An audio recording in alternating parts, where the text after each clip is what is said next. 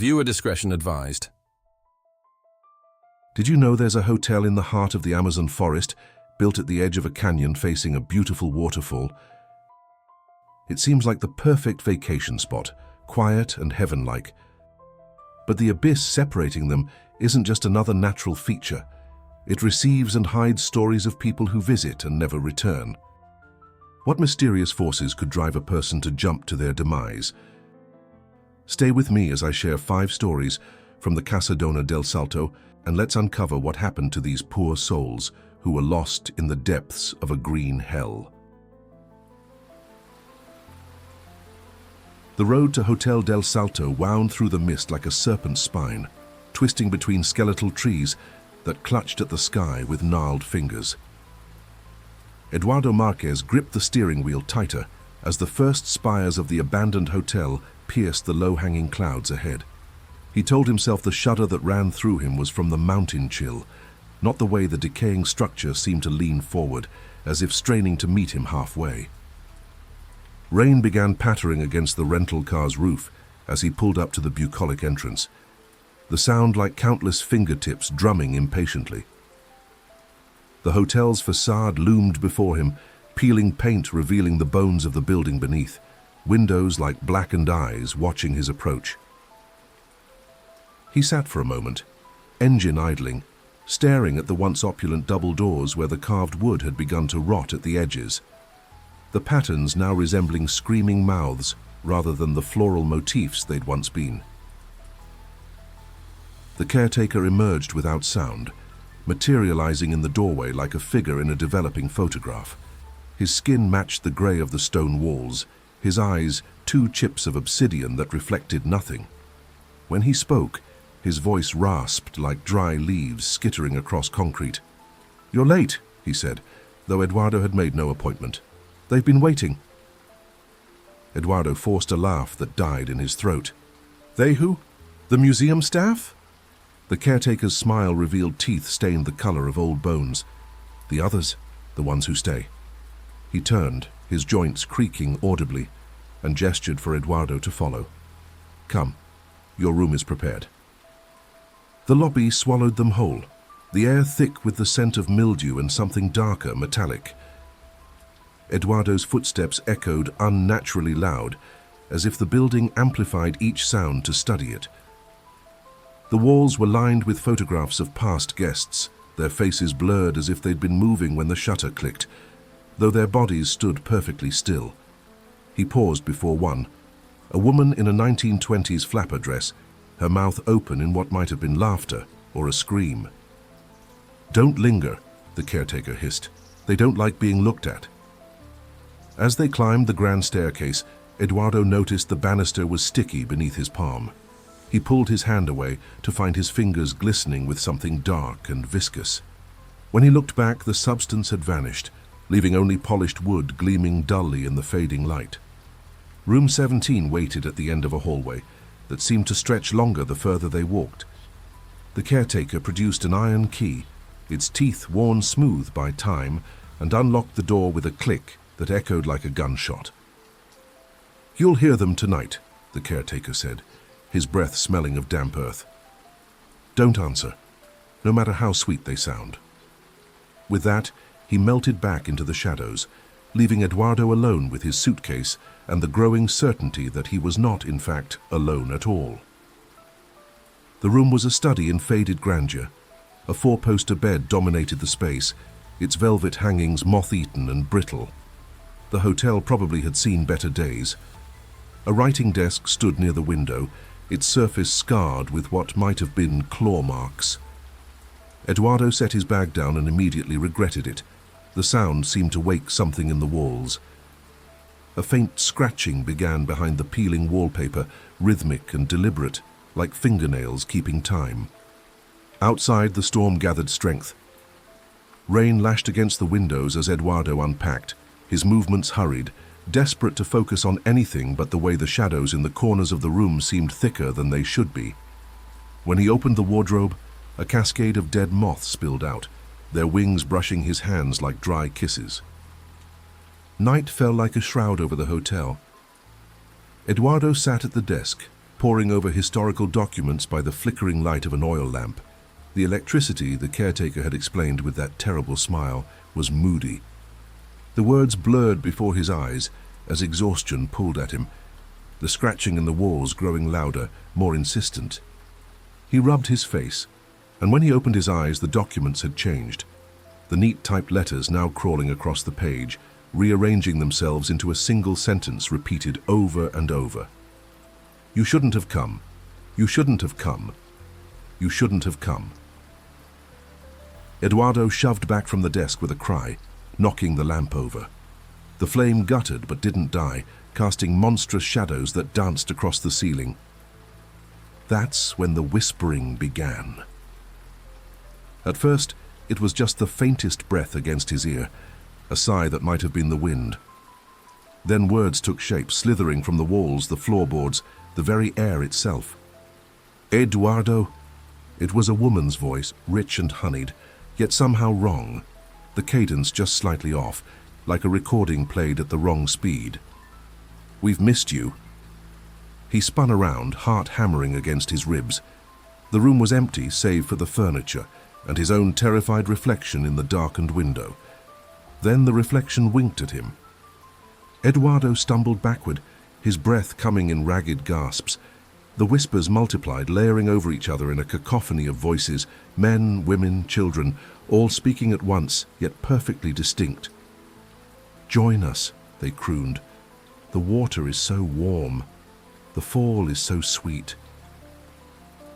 He clapped his hands over his ears, but the voices weren't outside him anymore. They were inside, slithering through his mind like worms through rotten fruit. Images flooded his brain. The balcony, the mist-shrouded abyss below, the sharp rocks waiting like teeth. A terrible longing welled up in his chest, a need to be part of that beautiful darkness. With a strangled cry, Eduardo wrenched himself away from the window. He fled into the hallway, where the gas lamps flickered as if in a strong wind, though the air was deathly still. The photographs on the walls had changed. Now they all showed his face, his body in various states of decay, his mouth open in endless screams. The whispers followed him, growing louder, more insistent. They dripped from the ceiling, oozed up between the floorboards. They weren't just in his head anymore, they had weight, substance. He could feel them brushing against his skin like cobwebs as he ran. Somehow he found himself on the balcony. He didn't remember choosing to go there, but suddenly he was gripping the rusted railing, staring down at the roaring falls below. The mist rose to meet him, forming shapes, hands, faces, gaping mouths. Jump! The voices chorused, now coming from his own throat. Jump and be free. Tears streamed down Eduardo's face as he fought against the compulsion, his fingers tightening on the railing until the flaking paint bit into his palms. The voices promised him peace, an end to the terror, and oh God, he wanted it. Wanted it more than he'd ever wanted anything. His foot lifted of its own accord, then the other. For one perfect, terrible moment, he hung suspended between worlds. Then the hotel breathed in, and Eduardo Marquez fell. The caretaker found his notebook the next morning, lying open on the desk in room 17. He sighed as he added it to the collection in the glass case downstairs, where dozens of other journals just like it gathered dust. Outside, the falls roared on, their mist curling around the hotel like possessive arms. In the lobby, a new photograph appeared on the wall, a handsome man in modern clothing, his mouth open in what might have been laughter or a scream.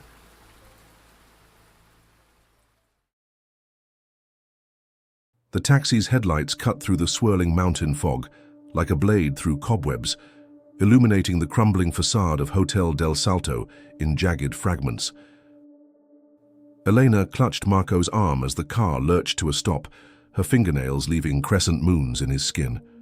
It's perfect, she breathed, though the way her pulse fluttered beneath his fingertips told a different story. The hotel loomed before them, its once grand columns now cracked and veined with ivy that seemed to pulse in the dim light. its windows reflecting nothing but the storm clouds gathering behind them. The caretaker emerged from the shadows of the portico, his skeletal frame draped in a suit that might have been fashionable a century ago. "Ah," he croaked, his voice like dry leaves crushed underfoot. "The lovers have arrived." Marco felt Elena stiffen beside him as the old man's yellowed gaze slid over them with the weight of a physical touch. The caretaker's smile widened, revealing teeth stained the color of old bones.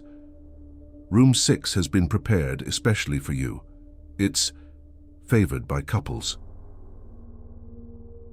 The lobby was grand, although badly maintained. Their footsteps echoed too loudly, as if the hotel was memorizing their rhythm. Marco's eyes were drawn to the wall of photographs, generations of smiling couples frozen behind glass, their eyes strangely uniform in their blank intensity. Elena paused before one particularly ornate frame. "Marco," she whispered, "her eyes just moved." He pulled her away before he could see for himself, ignoring how the groom's painted fingers seemed to dig into his bride's waist like claws. The staircase groaned beneath them as they ascended, each step releasing a faint sigh of trapped air. Elena stopped suddenly, her hand flying to her mouth. The banister was sticky with something dark and viscous that clung to her palm like syrup. The caretaker materialized behind them, his breath hot and sour on Marco's neck. "Honeymoon wine," he rasped, "from more celebratory times." Marco watched as the substance seemed to seep back into the wood, leaving no trace behind. Room 6 welcomed them with the scent of wilted roses and something more primal beneath. The metallic tang of blood, perhaps, or the earthiness of freshly turned soil. The massive canopy bed dominated the space, its crimson curtains moth-eaten, but still disturbingly vibrant in the fading light.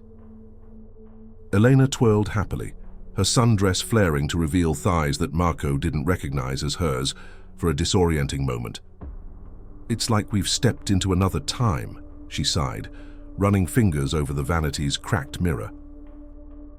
Marco set down their bags with hands that shook slightly, his attention caught by the deep gouges in the headboard, a heart carved into the wood, the initials E+M barely visible beneath what looked like rust-colored stains. "How strange," Elena murmured, tracing the letters with a finger that came away damp. That night, the storm broke with biblical fury. Marco lay awake listening to the rhythmic scratching inside the walls, too deliberate to be rats, too intelligent to be the wind. Helena slept beside him, her breathing so deep and regular it seemed performed. When he turned to study her face in a flash of lightning, her eyes were wide open, fixed on some point above them. "Elena?" Her head rotated toward him with unnatural smoothness, the bones in her neck popping audibly. "They're singing our song," she whispered. Then her eyelids fluttered shut, as if nothing had happened. The bathroom faucet began dripping at precisely 3:17 a.m. Marco found Elena standing before the mirror, running a hairbrush through locks that had grown several inches since bedtime. "Can't you hear how beautiful it is?" she asked dreamily. The dripping formed an unmistakable rhythm. "Join us forever." Marco dragged her away from the glass, but not before seeing their reflection warp, Elena's smile stretching impossibly wide, his own face hollowed and aged decades in the silvered surface. Morning brought no relief. Elena moved through the empty dining room with unsettling grace, setting places for invisible guests and carrying on conversations with the air. "Elena, who are you talking to?" Marco demanded, his voice cracking. She turned to him with a smile that showed too many teeth. "Our witnesses, darling. They've come for the ceremony." The caretaker chuckled from the shadows, the sound like dry bones rattling in a wooden box. That afternoon, Marco discovered the guest book in the abandoned lounge. Page after page of couples' names, all ending with the same date. Their own names already appeared in flowing script on the final page, the ink still glistening wetly. As he flipped through decades of entries, a single drop of moisture fell onto the parchment. He touched his cheek, dry. The tear had come from somewhere above him, where the ceiling stretched into darkness. The whispering began at twilight. It seeped from the baseboards, dripped from the chandelier, vibrated in the glass of their water cups. At first, just their names, then promises. Eternity, the walls sighed. Together, the floorboards creaked. Elena stood at the balcony doors, her silhouette merging with the gathering dark. "They want to show us how beautiful forever can be," she said, without turning. Marco reached for her, but his hand passed through her arm as if she were made of smoke. The photographs appeared overnight, familiar poses with unfamiliar details. Them cutting a wedding cake crawling with maggots, them dancing in the ballroom surrounded by faceless figures. The final image showed them on the balcony, their bodies fused at the limbs, their shared mouth open in a silent scream. On the third night, Marco woke to cold sheets. He found Elena on the balcony, her bare feet balanced on the narrow stone ledge. The wind tore at her nightgown as she turned to him. "Don't you want to be together always?" The voices rose from the gorge below, a chorus of lovers' sighs, of wedding bells ringing in some distant hollow place. Marco felt his body moving against his will, drawn to her by some primal magnetism older than fear. Their fingers intertwined. When the caretaker added their photograph to the collection the next morning, he took special care with the placement. Such a striking couple, so perfectly matched. In the picture, their smiles were identical, wide and endless, their eyes black as the abyss that had welcomed them home. Down the hall, room 6 stood empty and waiting. The wallpaper pulsed slightly, new initials forming in the heart carved into the headboard. Somewhere, a telephone rang in a travel agency. Another couple was inquiring about romantic getaways.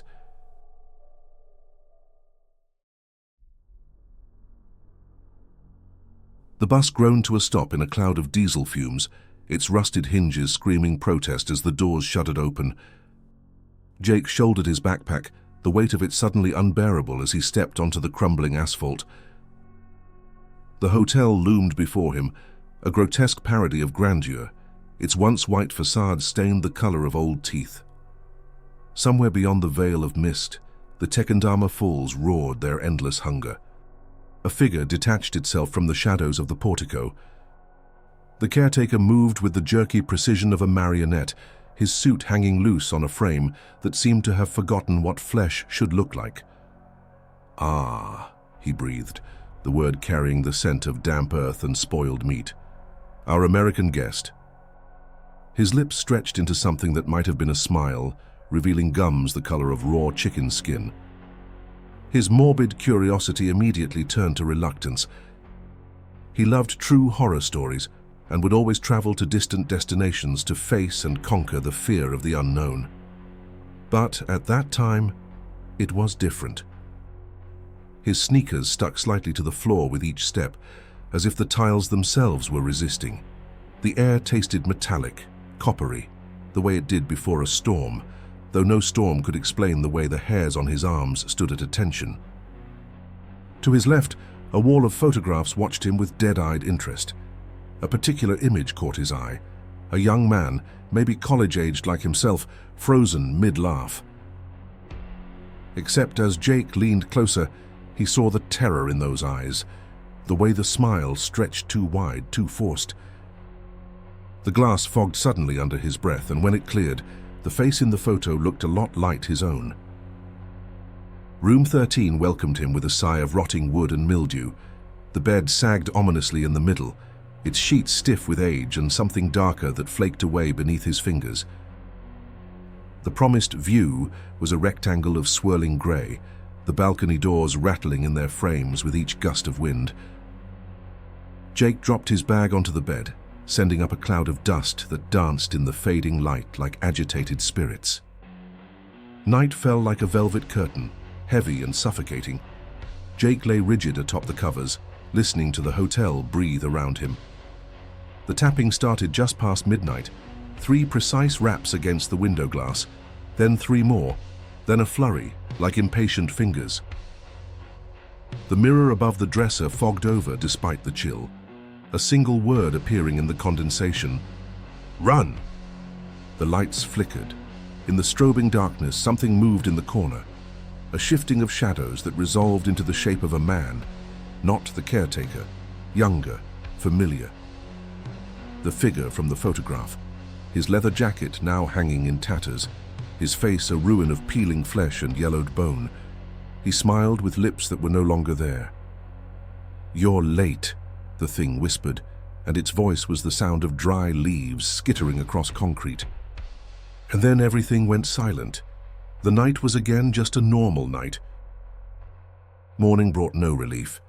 The dining room stretched before him, a nightmare of empty chairs and place settings coated in dust. Jake's fingers trembled as he lifted a tarnished silver lid, revealing a plate of something that might have been fruit once, now blackened and crawling with movement. The caretaker materialized at his elbow, his breath hot and sour. "Not hungry?" The old man's tongue darted out to wet, cracked lips. "You should eat. You'll need your strength." The guest book lay open on the front desk, its pages yellowed with age. Jake's name stared back at him in perfect cursive, the ink still glistening wetly. His fingers left damp prints on the page as he flipped backwards through time, name after name after name, all ending on the same date. All written in the same looping hand. The whispers began at twilight. They slithered from the baseboards, dripped from the ceiling, vibrated in the glass of water he hadn't poured. "They always take the gringos first," the walls sighed. "The Falls are hungry tonight," the floorboards creaked. Jake pressed his palms to his ears, but the voices weren't outside him anymore. They were inside, squirming through his thoughts like maggots through rotten meat. The balcony doors flew open with a crash, the wind howling through the room like a living thing.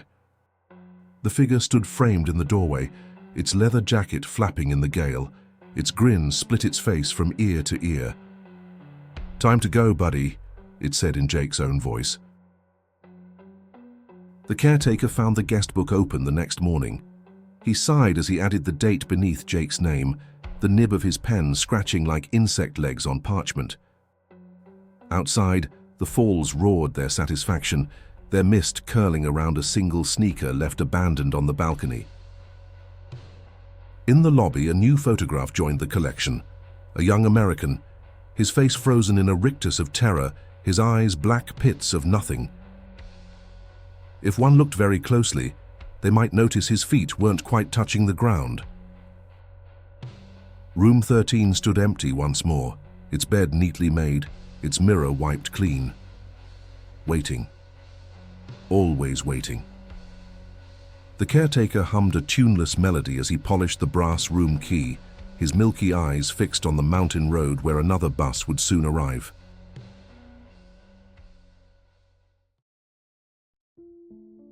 The taxi's headlights arrived at the Hotel Del Salto, a crumbling gargoyle of a building perched on the cliff's edge.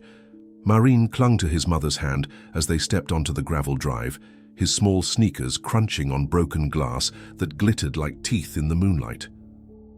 The hotel loomed above them, its boarded-up windows like closed eyelids, its sagging portico a gaping mouth. A skeletal figure emerged from the shadows, making Marin bury his face in his mother's coat. The caretaker's suit hung from his frame like shed skin, his smile revealing grey gums receding from yellowed teeth. "Ah," he wheezed, bending down until his sour breath fogged Marin's face. "The little one has come to play." The lobby welcomed the couple and their young blood. Marin's parents' voices echoed strangely as they checked in, their words stretching and distorting as if underwater. His tiny fingers traced the peeling wallpaper, coming away sticky with something dark that smelled like the time he'd found a dead bird under the porch. Room 10 waited at the end of a hallway that seemed to grow longer the further they walked. The caretaker's key turned with a scream of rusted metal. "Mind the balcony," he whispered, patting Marin's head with fingers like dry twigs. "The other children like to look at the falls." The room smelled of mothballs and wet dog. Marin's father tested the bed springs, while his mother unpacked his dinosaur pajamas. Outside, the Tequendama Falls roared their endless hunger, the sound vibrating through the floorboards.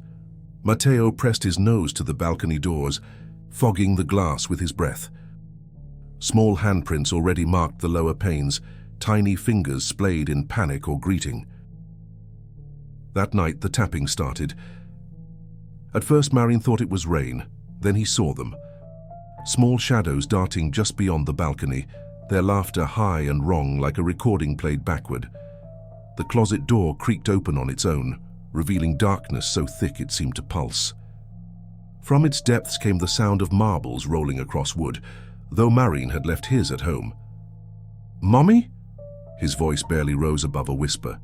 The bed beside him was empty, the sheets damp and cold as if submerged in river water.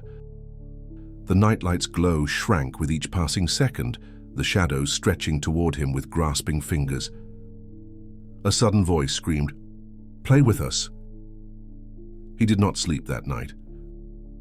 Morning light brought no comfort. The dining room's chandelier dripped something thick and dark onto the breakfast buffet. Marin's parents smiled at him with too many teeth, their eyes black and shiny like beetles. "Eat up, cariño," his mother crooned, pushing a plate of writhing worms toward him. The other guests, shadowy figures with blurred faces, clapped their hands in silent applause.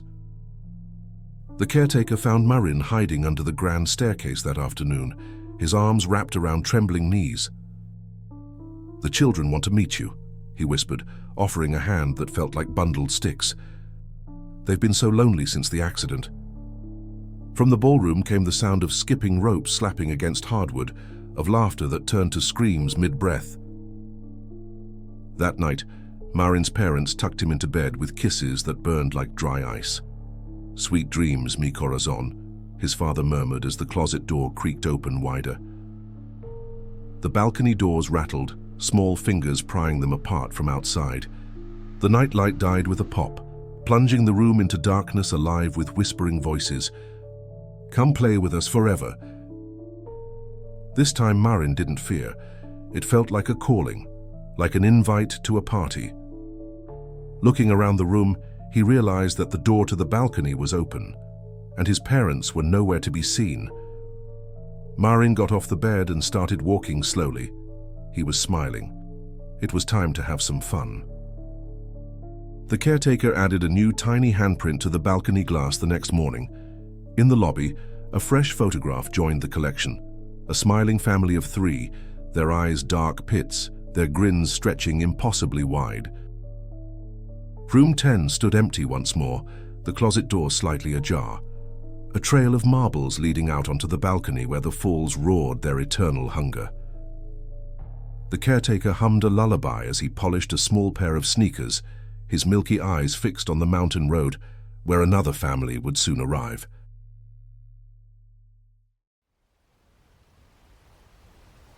But what are the origins behind the spirits that haunt Del Salto? To know the truth, we need to go back in time to the era of the Spanish colonization. On the night the strangers came with their iron and gunpowder, the shaman Suku had been dreaming of jaguars with silver teeth. He awoke to the scent of burning thatch, the screams of children carried on the wind like birdsong turned foul. The conquistadors herded his people to the cliff's edge, their steel glinting like the scales of some monstrous fish. Juku saw the way their leader's eyes lingered on the ceremonial gold around his neck, the frog-shaped amulet that had been in his family since the first rains. "They want the offering," whispered his daughter, her small hand trembling in his. Juku closed his eyes. The falls roared their approval. When the soldiers reached for the child, the earth itself shuddered. The shaman's chant rose above the chaos, ancient words that made the invaders' torches gutter and die. The river swelled like a great serpent uncoiling, its waters gone black as obsidian. Juku gripped his daughter's hand tighter as they stepped backward into the void, his final curse clinging to the rocks like lichen. "All who take shall be taken. All who hunger shall hunger forever." The conquistadors laughed as they divided the gold. They did not notice how the emeralds wept dark stains onto their gloves, how the fall's roar now carried whispers in a lost language. Their fort became a mansion, then a hotel, each iteration sinking deeper into the cursed earth. Guests would remark on the beautiful native artwork in the lobby, the tapestry that sometimes dripped water though no rain had fallen, the pottery shards that rearranged themselves overnight to form pleading faces. The falls remember. The stones remember. When the mist rises thick as smoke at twilight, you can still see them standing along the cliffside. Juku with his arms outstretched, his daughter's small form glowing faintly gold, the countless others who followed. Their whispers ride the spray that dampens your collar as you lean too far over the balcony railing. Their cold fingers brush yours when you reach to steady yourself. The hotel keeps its own ledger now, written in water stains and lost belongings. The caretaker tends it with the patience of the damned, his ledger book filled with names that weren't there yesterday. Sometimes, when the moon hangs low over the gorge, the falls grow quiet. That's when you can hear it, the distant sound of children laughing, of metal striking stone, of a shaman's final chant echoing across centuries. The offering must always be made. The falls are always hungry. And in Hotel Del Salto, the wallpaper peels back to reveal handprints that aren't quite human, pressing insistently against the other side. Did you like these creepy accounts from unspeakable evil in the world? Subscribe to our channel and like the video to see more in the future.